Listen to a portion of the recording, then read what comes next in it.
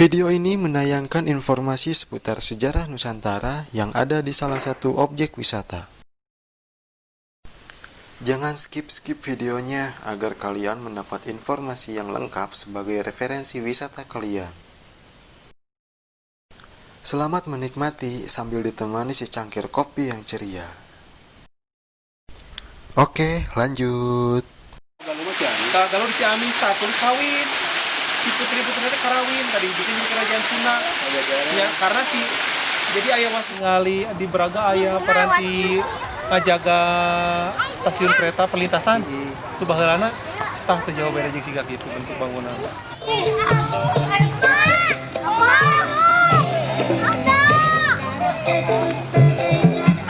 Jadi sebuah bangunan besar yang merupakan gedung pemancar radio VLF atau Very Low Frequency. Pemancar ini digunakan pemerintah Hindia Belanda untuk berkomunikasi ke Belanda. Di Belanda sendiri, stasiun radio ini yang menerimanya bernama Sambik Belanda, yaitu di Kodwijk. Maka pemancarnya disebut juga Radio Kodwijk.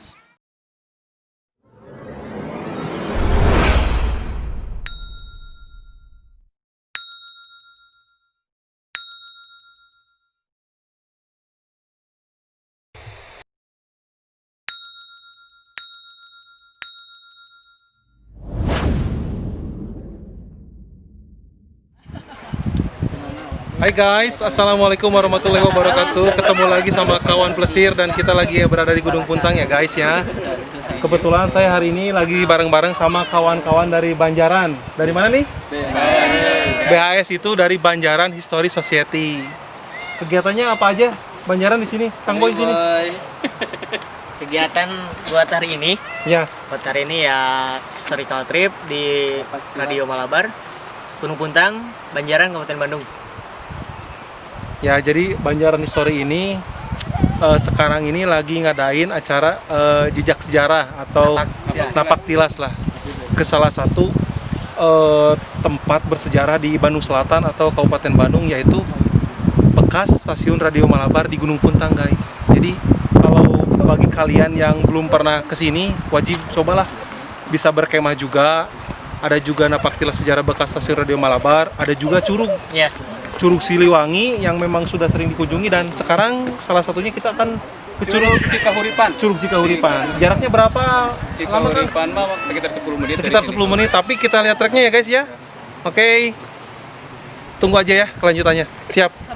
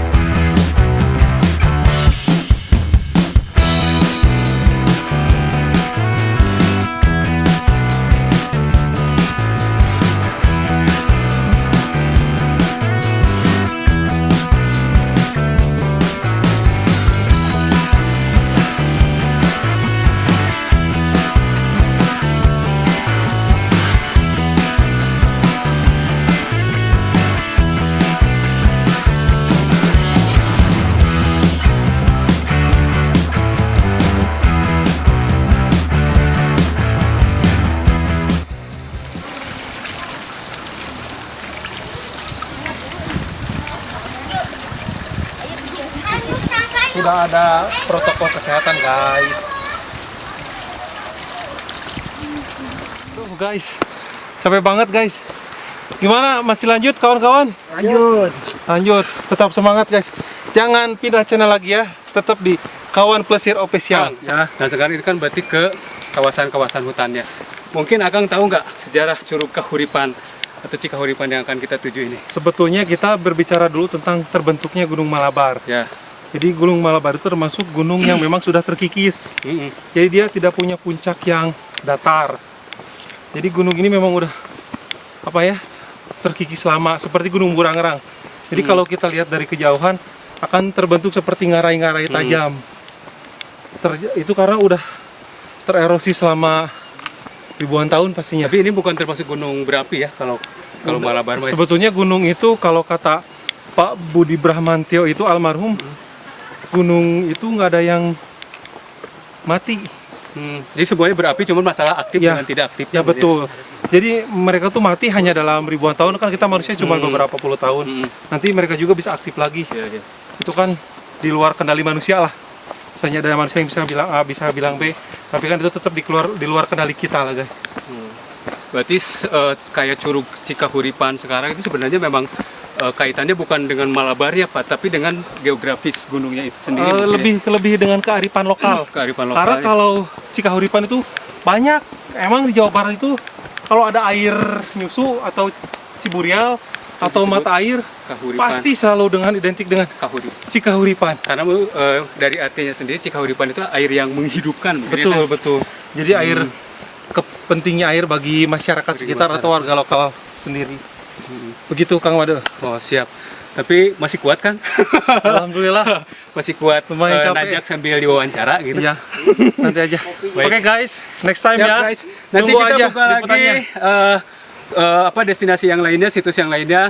Sekarang kita targetnya ke Curug Cikahuripan dulu. Sampai ketemu. Bye.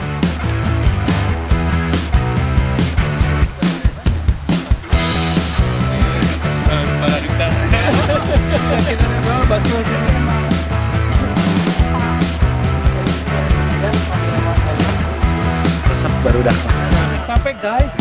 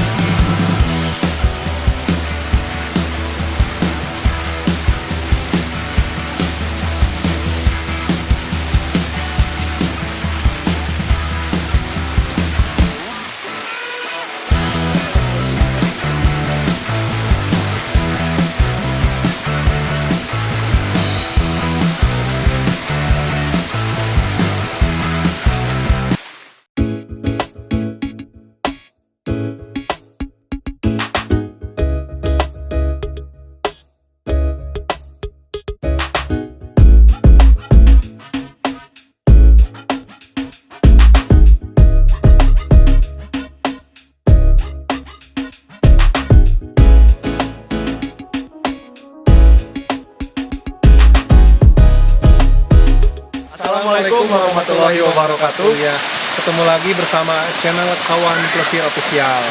Sekarang kita lagi di mana, Ren? Kita sekarang berada di Curug Cikahuripan. Ya, Letaknya ada di salah satu komplek Gunung Malabar. tepatnya di Kecamatan Cimaung. Kecamatan Cimaung berada di di tempat wisata Objek Gunung Puntang. Objek Gunung Puntang ya. Jadi selain Curug Cikahuripan ini, sebetulnya di sekitaran Malabar ini ada curug lainnya, yaitu Curug Siliwangi. Cuman Jaraknya cukup lumayan, kalau ditempuh dari sini sekitar 4 jam untuk ke sana. jadi bagi bagi kawan-kawan yang mau berkunjung ke komplek Gunung Malabar atau sekitaran Gunung Puntang, ada 2 curug yang wajib kalian bisa datangi, yaitu Curug Cikahuripan dan Curug Siliwangi. Selain itu juga di sini juga ada komoditi lokal ya, Ren, ya, seperti kopi yang Kopi udah Puntang. mendunia. Nah, kalian nih yang pecinta kopi pasti tahu yang namanya Kopi Puntang, yaitu salah satu kopi yang termahal di dunia. Nah, salah satunya berasalnya dari sini, dari Gunung Puntang. Gunung Puntang, betul sekali. Jadi nanti kita lanjut ke tempat bersejarah lainnya ya guys ya, yaitu bekas stasiun radio Malabar. Ya, pokoknya tunggu aja, nanti kita ke sana. Jangan tinggalin channel kita, Kawan Plesir Official. Jangan lupa di-subscribe ya. Dan like. Kalau di Ciamis takut kawin, si putri-putri itu karawin tadi bikin di kerajaan Sunda. Ya, karena jadi ayah wasu kancana, tamun telepat mah di skala wasu kancana teh menikah dengan putri Galuh tadi bikin di kerajaan Sunda. Galuh nama Ciamis itu. Ya, Galuh nama Ciamis tinggikan dari Pajajaran. Asal lama batas Galuh di Pajajaran teh yaitu Sungai Cimanuk. Ya, jadi ka kulon milik Sunda Wetan milik Galuh, tapi karena geus dikawinkeun jadi Pajajaran. Jadi Pajajaran mah mun ninggal tina literatur aya dina posisi tahun 1400-1500. Jadi teu lami jeung anu terakhir ngajabatna ge memang resep poe-poe jeung ka istri. Ya, kan abdi terangkan itu kan terakhir negara Pajajaran. Nah, kalau itu Sumedang. Iya, katakan Pajajaran teh raja terakhirnya ratusannya atau lamun perang ngadangu ieu teh mun dilaya di Kusuma. Tah mun dilaya di Kusuma teh 3 jelmaan raja nu terakhir eta karena si Prabu mun dilaya di Kusuma eta teh indit kahiji ka langit tuluy bertemu dengan Jongrang Kalapitung. Padahal Jongrang Kalapitung eta teh mun ibaratkeun secara literatur asli nyaeta Henrique de Leme atau orang Portugis anu datang ke Sunda Kelapa. Karena kan Sunda Kelapa teh masuk dalam wilayah Pakuan Pajajaran. Cuman karena rakyatnya kebanyakan Arab, Cina, jeung Melayu jadi bahasana Lugue tidak berbahasa Sunda. Cuman saprak Pajajaran runtuh aya kabagi dua Pak. Anu tetap Hindu lupa ka Baduy, anu jadi Islam lupa ka Sumedang Larang. Jadi memang nu terakhir mah Sumedang Larang. Cuman Sumedang Larang eleh ke Mataram. Di Seetkeun tuluy ke Mataram dibere opsi 2 geus maneh jadi 2 kabupaten ya, Kabupaten Parakan Muncang jeung Kabupaten Bandung. Kabupaten Bandung di Pasihan Wiranggun-anggun tos ngabang buka video di tapi itu. Pasihan. Ini kan ini kejadian Pak.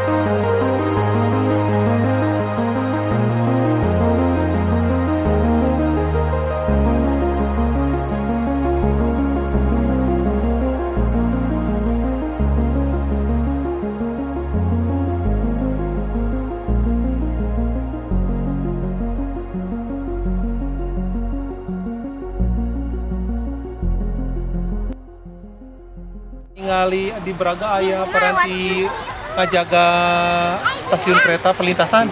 Itu baheulana tah teu jauh beda jeung siga kitu bentuk bangunan. Ieu payuna meureunnya. Siga kitu bentuk bangunan. Assalamualaikum warahmatullahi wabarakatuh. Kita masih tetap bersama di Kawan Plesir Official Channel. Sekarang kita lagi berada di reruntuhan bekas radiodorp atau bekas reruntuhan para pegawai stasiun Radio Malabar. Sekarang saya lagi bersama Abah Geget. Abah Geget ini adalah salah satu warga lokal atau warga pribumi yang waktu masa kecilnya sering bermain atau berkunjung ke tempat bersejarah ini, stasiun Radio Malabar. Bah, boleh bisa menceritakan masa kecilnya waktu pas pertama kesini gimana sih, tahun berapa gitu? Pertama datang ke sini tahun 85, berarti sekitar saya kelas 2 SD ya. Oh, kelas 2 SD. Iya, belum. Suasananya gimana? Suasananya masih asli ya, belum kayak sekarang banyak yang datang.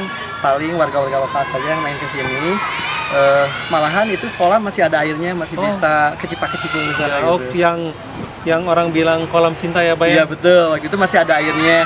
Tapi ketika saya SMP, kita perkemahan di sini itu udah kering gitu. Udah kering. Ya tahun 90 pasti ya tahun 90-an itu udah kering sih airnya. kering, ya. Itu mah kita udah dijadikan bumi perkemahan waktu ya ke sini. Tapi waktu Abah kecil dan berkunjung ke daerah area ini, apakah Abah tahu nggak kalau ini tuh sebetulnya adalah tempat bersejarah? Tahu, cuman tidak tahu pasti gitu ya, kayak dulu mah taunya ini bekas radio aja. Kayak itu kolamnya kolam cinta, tapi kami dengan bergabung di Banjaran History Society, ada penjelasan Kang Andri juga tahu ternyata itu petunjuk arah ternyata secara keilmuan. Tapi yang Abah ingat itu pas mendengar radio itu maksudnya apakah radio yang menyetel lagu atau radio apa waktu kecil? Pas stasiunnya radio yang biasa didengar aja, yang menyiarkan berita terus lagu-lagu kayak gitu.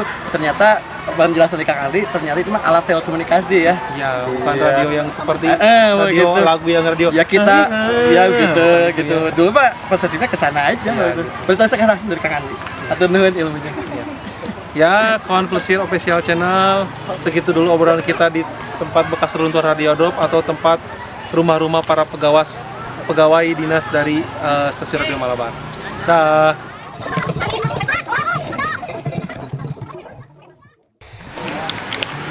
Jadi tujuan kemana, Pak? Tujuan sekarang kita ke ke reruntuhan stasiun Radio Malabar. Stasiun Radio Malabar termasuk salah satu cagar budaya di Kabupaten Bandung. Jaraknya cukup dekat lah, tinggal beberapa puluh meter dari sini.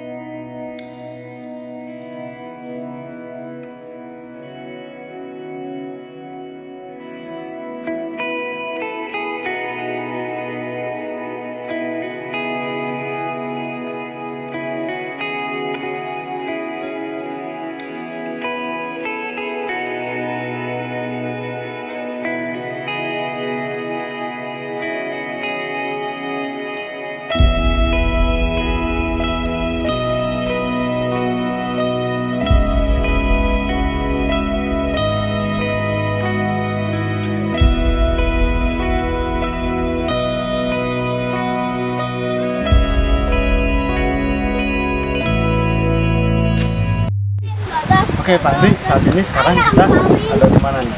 Sekarang kita ini ada di stasiun Radio Malabar, tepat di sebelah sini. Nanti kita ke sini, Ren. Jadi stasiun Malabar apa di sejarahnya? Jadi di tempat ini dulu pernah berdiri sebuah bangunan besar yang merupakan gedung pemancar radio VLF atau Very Low Frequency. Pemancar ini digunakan pemerintah Hindia Belanda untuk berkomunikasi ke Belanda. Di Belanda sendiri, stasiun radio ini yang menerimanya bernama Sambik Belanda, yaitu di Kodwijk. Maka pemancarnya disebut juga Radio Kodwijk. Jadi stasiun Radio Malabar ini mulai didirikan tahun 1917 dan diresmikan tahun 1923. Pemancar Radio Malabar ini memiliki ukuran yang luar biasa besar untuk dibandingkan dengan zaman sekarang ini pun memang besar. Pemancar radio dewasa ini antenanya memiliki panjang 2 km yang merentang di antara celah Gunung Malabar, Gunung Haruman. Daya pancarannya adalah 2400 kW. Jadi ketika menggunakan air pollution, jadi listriknya tuh ini dipasok dari pembangkit listrik PLTA Lamajan. Dan pendiri Radio Malabar ini adalah Dr. Cornelius Johannes de Groot, yang diabadikan juga menjadi sebuah nama jalan, yaitu Jalan Siliwangi di Kota Bandung. Jadi dulu Jalan Siliwangi itu bernama Jalan de Groot, mungkin ya pembacanya, maaf mungkin saya bukan orang Belanda, mungkin pembacanya seperti itu. Hancurnya Radio Malabar diawali dengan berita akan masuknya tentara Jepang ke Bandung tahun 1942. Karena khawatir pemancar tersebut akan digunakan untuk kampanye oleh pihak Jepang, beberapa pegawai menghancurkan sendiri beberapa peralatan penting, sehingga Radio Malabar sama sekali tidak bisa beroperasi. Dan berikutnya pada tahun 1945, beberapa mesin dipindahkan ke stasiun pemancar lain yang ada di Dayakolot. Tahun 1946, Radio Malabar dihancurkan total oleh pejuang Indonesia menggunakan dinamit. peristiwa ini merupakan salah satu yang ada dalam rangkaian sejarah Bandung Lautan Api gitu Ren. Jadi daripada Ren penasaran, nanti langsung aja kita ke sana.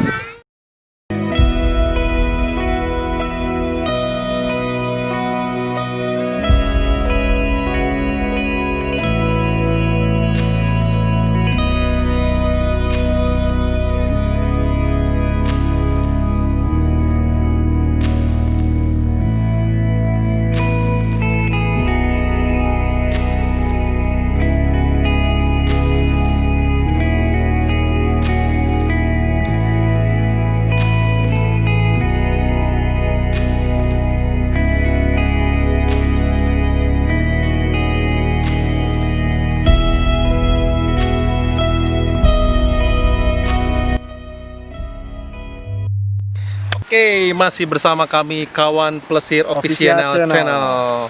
Sekarang kita lagi di mana? Kita sekarang ada di reruntuhan Radio Malabar. Nah ini guys, reruntuhan Radio Malabar. Padahal kalau kalian misalnya ngeklik di Google, lihat tentang Bandung Tempo dulu, bangunannya megah banget guys. Pokoknya bangunannya tuh artistik dan cukup besar. Nah tapi sekarang yang tersisa dari Bandung Lautan Api itu seperti ini. Tinggal runtuhnya aja ya. Tinggal runtuhnya aja. Jadi memang apa ya? Jadi sebelumnya tuh kalau yang saya baca dari bukunya Pak Sudarsono Katam itu jadi apa? Perhutani itu menemukan kembali daerah ini gitu. Jadi sebelumnya dari tahun sekitar tahun 50-an sampai sekitar 70-an memang tempat ini terbengkalai dan perhutani membuka kembali lahan ini dan menemukan reruntuhan puing-puing ini. Dan setelah mereka teliti lagi beberapa orang, ternyata ini bekas stasiun Radio Malabar dan sekarang ditumbuhi pohon-pohon pinus ini. Tapi ada satu pertanyaan nih Pak Andri. Ya. Kenapa bangsa Belanda itu membangun sebuah radio di daerah pegunungan seperti ini? Memang itu mungkin ada beberapa yang bilang karena tempatnya yang strategis. Jadi pasti sang insinyur pun atau sang dokter De Groot itu berpikir terlebih dahulu. Jadi semenjak ditemukannya oleh perhutani sekitar tahun 70-an, lalu dikembangkanlah menjadi bumi perkemahan yang sebetulnya jadi bumi perkemahan ya seperti ini. Jadi banyak yang kemah terus bermalam di sini dan bisa juga sebagai tempat area wisata seperti tadi Randy lihat kan banyak yang sepedahan, sekarang banyak bermain ke sini, yang pakai motor trail jadi juga sama keluarga, ya liburan keluarga juga. Alhamdulillah. Ya, sekarang seperti inilah tampak puing-puingnya.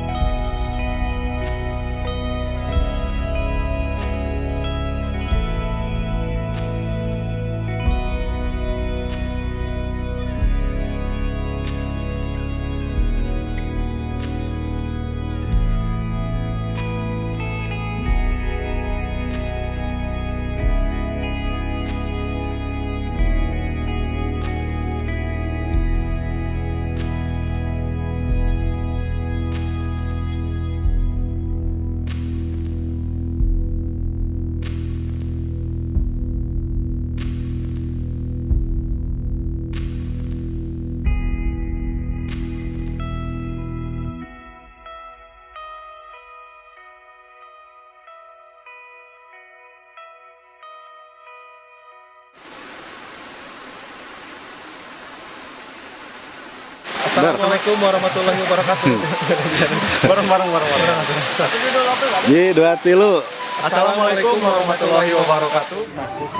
Yuk, Pantri. Jadi kumaha? Kira-kira kaget abi.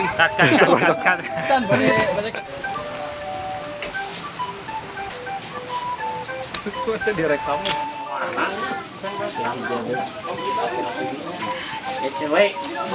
Iya. Tunggu apa tuh?